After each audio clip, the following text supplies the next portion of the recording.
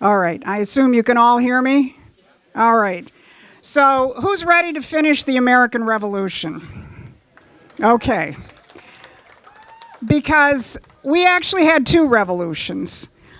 Judge Warren has spoken very ably about the political part of our American Revolution. But I think the part that has been largely lost, and which President Trump is bringing back big time, is the economic part of the American Revolution. And I think that's really critical for people to understand because, of course, what are we facing? We're facing a midterm election. Now, what's the conventional wisdom about a midterm election? The party in power always loses. Well, I have something to say about that. This is not a conventional midterm election because Donald Trump is not a conventional president. But that is really critical because while Donald Trump is not on the ticket, his policies have to be on the top of the ticket if we are going to take the midterms, especially in a state like Michigan. Because, look, 2024, and, one of the other things that people say, I'm not going to vote because we're a corporation. What's one of the other things people say? I'm not going to vote as long as they have, voting machines. I'm not going to vote, until we get paper ballots. Well, let's not forget, we had voting machines, we had Jocelyn Benson. I'm from Wayne County. There's nothing you can tell me about vote fraud that I haven't seen, right? And we still won in 2024. And right now, we're in one of the key counties, Macomb County. I always joke with Brian Panabaker, because Brian, and I'm sure many of you are Macomb County chauvinists, and Brian tells the story of how he told Donald Trump to come here in 2016 and how Macomb made a big difference. And obviously in 24 it did. You delivered plus 70,000 votes. But let me tell you something about Wayne County. Wayne County, we moved more votes into the Republican column in 2024 than any other county in the United States except for Maricopa. Now, how did we do that? We did that with Donald Trump's economic revolution. It was the blue-collar voters that shifted over. And I also will say, it was the patriotic Muslim Americans in Dearborn and Hamtramck and Dearborn Heights who voted for Donald Trump. So please don't paint big brushes, over any group. But Wayne County moved those votes so much so. How many of you were surprised when they called Michigan at 10 o'clock at night on election night? I figured we'd be up all night again like we did last time. We made it too big to rig. They didn't have enough votes where they could pull it off and steal it. And that's what we have to do in 2026, again, without Donald Trump at the top of the ticket. And that's where I think the question of an economic revolution actually comes in. Because I want to talk about what we actually fought the American Revolution against economically. Because I think if people understand that, they're gonna settle down about what Donald Trump is doing. I keep saying to people, calm down. He knows what he's doing, and he's doing something really, really, really big. But what were the economic institutions that we fought the American Revolution against? Well, there was the British East India Company, which was a very powerful private, it's sort of like, George Soros's operation or, all the people you love to hate, but it was a huge economic organization whose primary economic activity was just looting and stealing. Also slavery, as the judge just mentioned, too. But what was the other major institution that was really dominant at the time? And this is what's really very important. It was the Bank of England, which was the most powerful central bank in the world. And throughout the 19th century, it spawned other central banks around the world. And it was, and to this day remains, one of the major points of financial control in the world. Private central banks. Yeah, we fought against the crown, but we also fought against these powerful, let's call them supranational, private institutions, which had more power over nations and economies than governments did.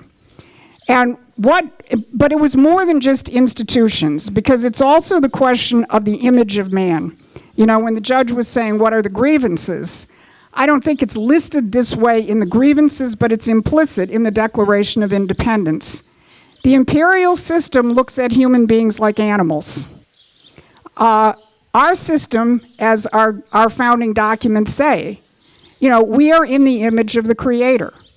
We have the right, and I would also add the responsibility, to understand God's laws and act on them to improve our relationship to nature. And that does not happen if you just live in a world where you say money rules, where you live in a world where you just say, however you make a profit, it's okay. Our founding fathers had a different idea, and Alexander Hamilton put it in a very, very powerful way. He asked, where does the wealth of a nation comes from? And, you know, the easy answers are gold, or, you know, land, or precious metals, and other things. He says, no. The wealth of a nation comes from the productive powers of labor. And by that, he didn't mean Karl Marx's, you know, whatever. What he meant is here. The wealth of a nation comes from the ability of its population to use its creative powers, to discover how God created this universe, and to improve on it, to be fruitful, to multiply, to exert dominion over nature. That is actually the American system economic policy. And what the American system had was 3 key pillars to protect that, to make sure that that didn't get overwhelmed by powerful financial forces. So Alexander Hamilton created a national bank, which was not a central bank. It was a national constitutional organization to ensure that credit went out to people who needed it. Now I want to give you a modern example of that. The Trump administration recently announced something called Project Vault. I think a lot of people here know that we have become totally dependent on China in terms of rare earths, rare earth processing, critical things that you need for literally everything. We have been completely dependent on that. And the administration has now announced a new program and dedicated financing for this. And J.D. Vance talked about why this was important, because he said, look, a company would come into the United States, they would or an American company would start some kind of rare earth processing facility, huge amount of regulations, takes a long time to get it going, hard to get the financing. You know, maybe they'd finally get it going after 10 or 15 years, and the Chinese would come in and undercut them, and they'd be out of business, right? This is what Scott Bessent keeps talking about when he says economic security is national security. If you do not protect the ability of your nation to produce the fundamentals, guess what? You're a colony. You're a colony of these powerful financial forces. You're a colony of, you know, central banks and so on.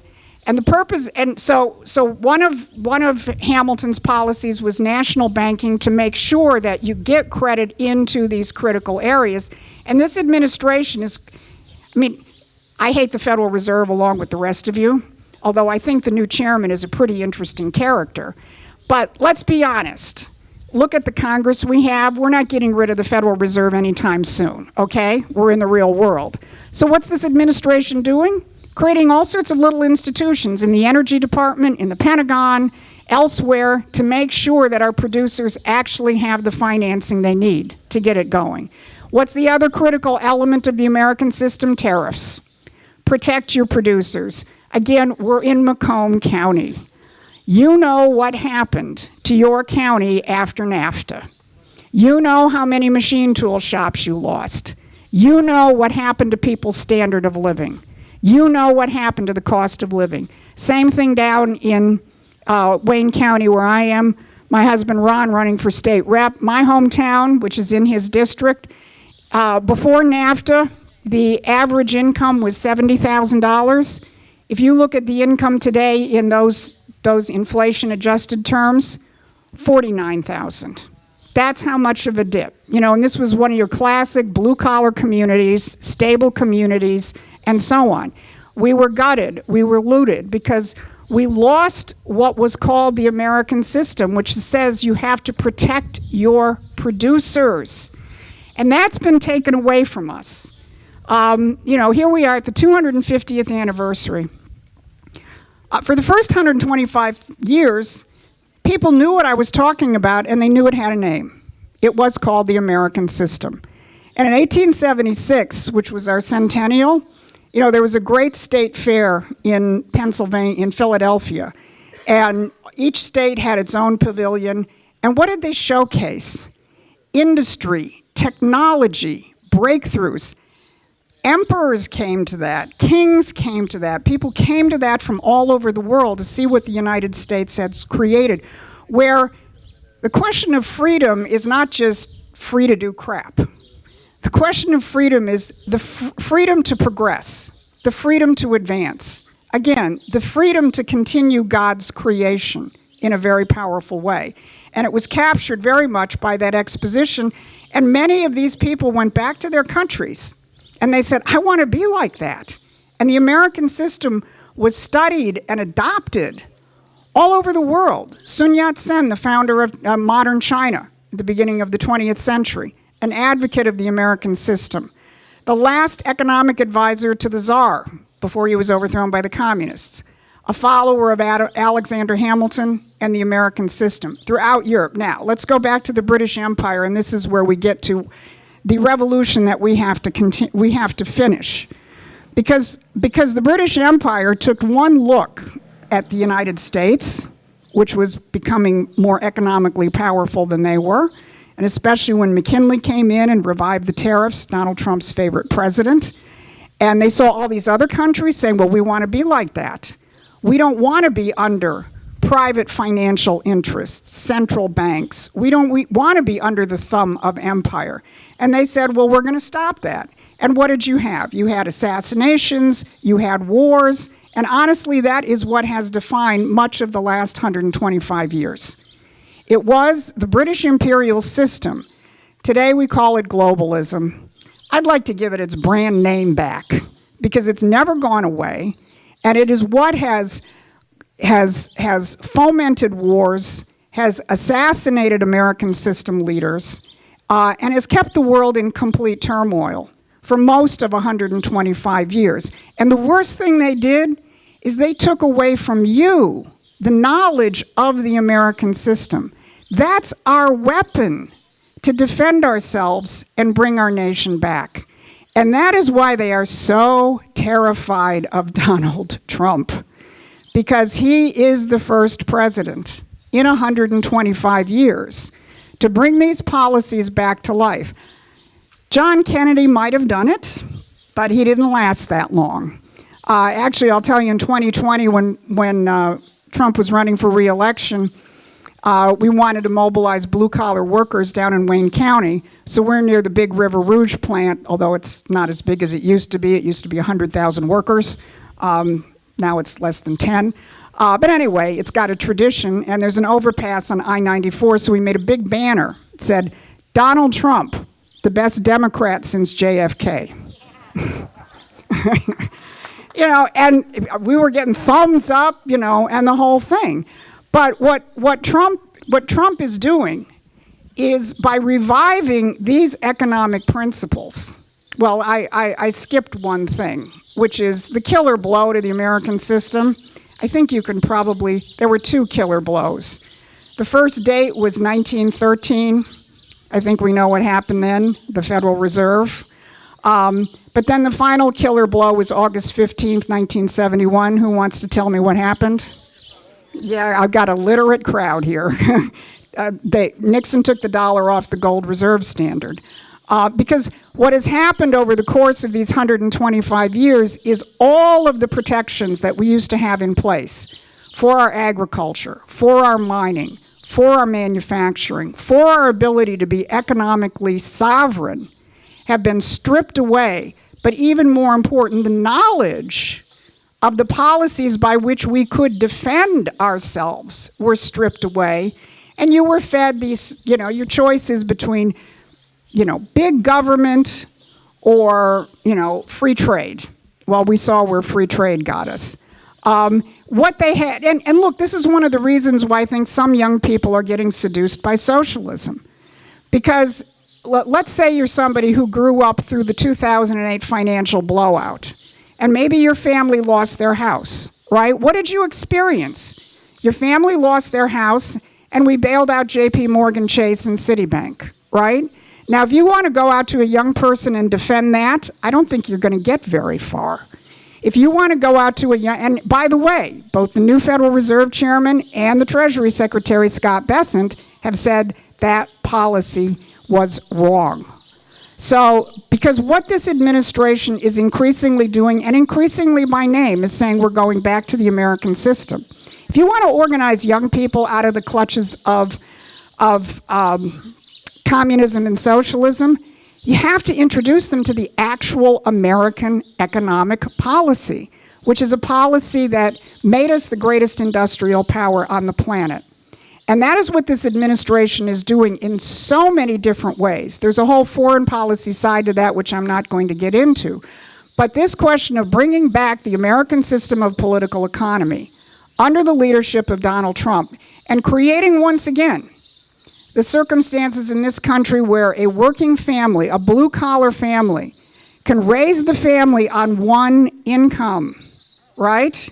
That's the hallmark of a healthy nation.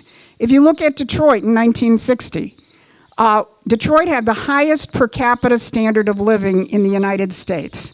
Not Hollywood, not New York stockbrokers, not Houston oil barons, but the blue-collar workers in Detroit on one income could raise a family of 5 to 12, have 2 cars and probably buy a place up north, after 15 or 20 years. That has been taken away from us. Scott Bessent has been identifying the problems with the dogmas that we followed. He said we were told the invisible hand would protect us. It would all work out. I can't understand why any Christian could believe in an invisible hand. It just sounds so pagan to me. But, what Bessent said is it didn't work. We have to actually protect our manufacturing. And this administration is increasingly bringing back to life the name Alexander Hamilton, Henry Clay, the American system. And this is what we need to actually finish the American Revolution. And these are the kinds of policies that will win Macomb County, that will win Wayne County. These bring the disaffected Democrats back to the party of Abraham Lincoln. And I want to conclude by reading something from Abraham Lincoln's economic advisor. Because the history of this American system is it did kind of fall out of favor in the first part of the 19th century, and Lincoln brought it back. And by doing so, again, our country became the wonder of the world. His economic advisor was named Henry Carey. And he wrote something which I think really captures the essence, because ultimately, as we think about our independence, and we think about the importance of the Declaration of Independence, it really is about the image of man. It's not just a list of things. It's about, do you believe that man is in the image of the Creator, and thereby endowed with rights and, I would say, responsibilities? Or do you think we're just animals fighting it out, the law of the jungle, and then we sign some compact so the government, plays a limited role so that we don't just keep killing each other? I don't believe in that image of man, and I don't think our founding fathers did either. And I think Henry Carey captured it pretty well. He said, there are 2 systems before the world. One looks to pauperism, ignorance, depopulation, gee, does that sound like the World Economic Forum? And barbarism. The other to increasing wealth, comfort, intelligence, combination of action, and civilization. One looks toward universal war, the other toward universal peace. One is the English system, the other we may be proud to call the American system. And that's what I think is critical in terms of this election. If we can bring that back to life in people, and we can give people the pride and the sense of identity of being a producer. Because part of the problem we make, and these will be my concluding remarks, how many of us have tried to have an argument with some deranged Democrat? And you just hit them with the facts, and it has absolutely no effect. It's like they're in a bubble, and you're throwing things at them, and it's bouncing off the bubble. Because I think the problem that we face with so many people is what Scott Besson identified in an interview about a year ago. He said, the policy of the Democratic Party is to compensate the loser, right?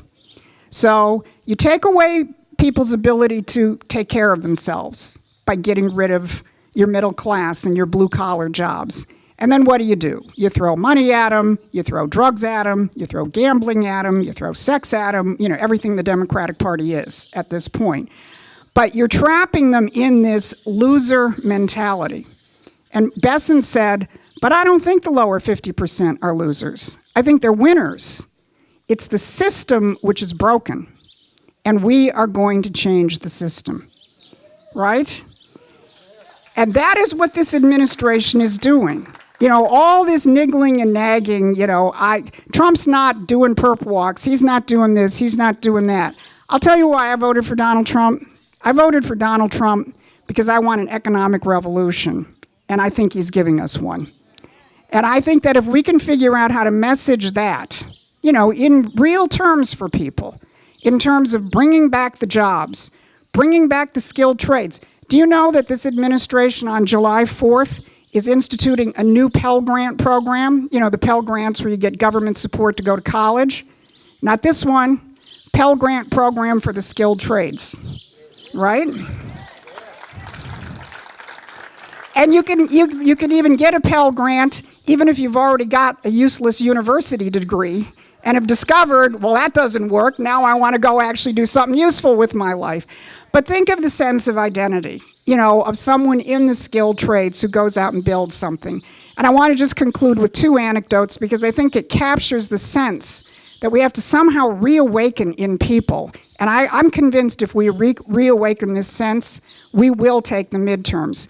The first is, some of you may have been, there was a manufacturing forum in Oakland with the governor's candidates back in April. The forum was frankly better than the debate. And one of the manufacturers reported that the Michigan Maritime Institute put up billboards in Detroit. And, Detroit sucks. Terrible, less than $30,000 average standard of living. You can't afford a car because you can't afford the car insurance. Mass transit is non-existent. You're basically trapped, if you're stuck in the city of Detroit. But they put up billboards saying, do you want to build submarines? And kids from the hood grab the QR code off those billboards, and this manufacturer says, I now have 10 of them working for me, right? That's what we have to bring back. And then the final image, I'm going to edit this comment a little bit, even though I sometimes get a little salty myself. I tend not to do it in public. So when Artemis II went off a couple of months ago down at Cape Canaveral, NBC was doing its usual thing, why are you so excited? And they made the mistake of sticking the microphone into the face of a 14-year-old black kid. Why are you so excited? And the kid said, because we're going to effing Mars. And that's what we have to bring back, that sense of being able to conquer anything out there. That's how we win. That's what Donald Trump awakens in people. And that's what we have to go out and do so that they don't feel like losers, they don't feel like victims, they don't feel, like they've been thrown to the side of the road and they're not powerless. They are the citizens of the greatest republic on this planet. And if we fully embrace the whole gamut of policies, including economic, and give that back to people, they're going to understand that and they're going to make the right choice. So thank you.